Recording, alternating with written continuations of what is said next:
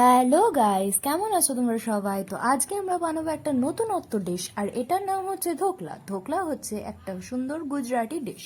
তো বানানোর জন্য ফার্স্টে আমি একটা বাটিতে একটু কারি পাতা নিয়ে ইনো দিয়ে ভালো করে জল দিয়ে ওয়াশ করে নিয়েছি, যাতে কারি পাতার ভিতরে যা জার্মস থাকে সবটাই কিন্তু বেরিয়ে যায়। আমি একটু পরে ভিডিও ক্লিপে দেখাবো যে কতগুলো জার্মস বেরিয়েছিল কারি পাতা দিয়ে। আপনারা বেকিং সোডা দিয়েও ক্লিন করতে পারেন। তারপর একটা পাত্রে আমি একটুখানি লঙ্কা ভালো করে বেটে নিয়েছিলাম। তারপর আমি একটা পাত্রে একটুখানি সামান্য পরিমাণে জল নিয়েছিলাম, 1/2 কাপ মতো। তার মধ্যে বাটা যে লঙ্কাটা দিয়েছিলাম, আদা জিরে বাটা দিয়েছিলাম, লেবু দিয়েছিলাম, আর আমি দিয়েছিলাম সর্ষের তেল। আপনারা এখানে 1 চামচ মতো চিনি দিতে পারেন, কিন্তু আমি এখানে চিনি দিইনি। আপনারা চাইলে 1 থেকে 2 চামচ মতো চিনি এখানে অ্যাড করতেই পারেন। এবার ওটাকে সাইডে রেখে একটা বাটিতে আমি নিয়েছি 1 কাপ মতো সুজি, 1 কাপ মতো বেসন, আর আমি নিয়েছি হচ্ছে 2 চামচ হলুদ গুঁড়ো।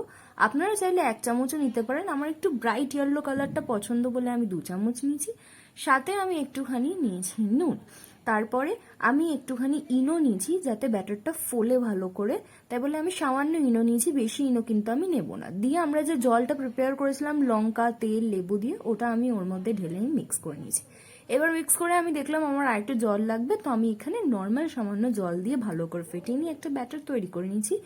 তারপরে আমি একটা বাটিতে একটুখানি তেল দিয়ে ওই যে ব্যাটারটা তৈরি করেছি ওটা দিয়ে দিলাম। ঠিক কেক বানানোর প্রসেসে এটা এবার বানাতে হবে, ঠিক আছে? তো ফার্স্টে আমি একটুখানি ট্যাপ করে নিলাম যাতে ইভেনলি ওটা বসে যায়। তারপর আমি একটা সসপ্যানে একটুখানি নুন দিয়ে প্রায় 1 মিনিটের মতো প্রিহিট করে নিলাম। এই স্টেপটা কিন্তু ম্যান্ডেটরি।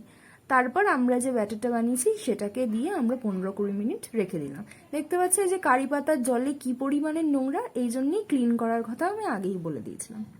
তারপর একটা বাটিতে আমি চিনি আর জল ফুটিয়ে সাইডে রেখে দিয়েছিলাম।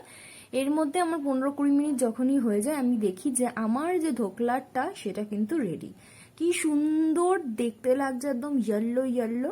তো এবার এর মধ্যে আমি তড়কা দেওয়ার জন্য একটা কড়াই মতো জিনিসে আমি একটুখানি কারি পাতা, সর্ষে, রিফাইন অয়েল, তারপরে হিংটা কিন্তু দিলেই টেস্ট বেড়ে যায়, দিয়ে আমি ভালো করে ফুটিয়ে নিয়ে ওই যে ধোকলাটা আছে ওর উপর দিয়ে দিলাম। দিয়ে আমরা যে সুগার সিরাপ একটা বানিয়েছিলাম জল আর চিনি দিয়ে, সেটাও আমি ওর মধ্যে ভালো করে দিয়ে দিলাম। আর দেখতেই পাচ্ছ কি সুন্দর লাগছে, আর কিন্তু বিশাল সফটও হয়েছে। তো এটা আপনারাও বাড়িতে কিন্তু একবার ট্রাই করে দেখুন। তো এবারে আমি কি হয়েছে, ধোকলার মতো শেপে ভালো করে কেটে নিলাম। তারপর এবার এটা দিয়ে কি খাওয়া যায়, তো আমি চট জলদি বানিয়ে নিলাম এই ধনেপাতার চাটনি। যার জন্য আমি ধনেপাতাটাকে ভালো করে ধুয়ে তার সাথে অল্প সামান্য চিনি আর নুন দিয়েছি, লঙ্কা দিয়েছি, চাট মশলা দিয়েছি, একটুখানি রসুন দিয়েছি, দিয়ে ভালো করে বেটে নিয়েছি। আমরা কিন্তু বেশি জলের ব্যবহার এখানে করিনি, কারণ আমরা চাই থকথকে একটা মিক্সচার, এটা আস্তে আস্তে থেকে কিন্তু থকথকেই হয়ে যাবে। তারপর আমরা আমাদের ধোকলা দিয়ে পরিবেশন করে দিচ্ছি। আপনাদের ভালো লেগে থাকলে like share subscribe and comment.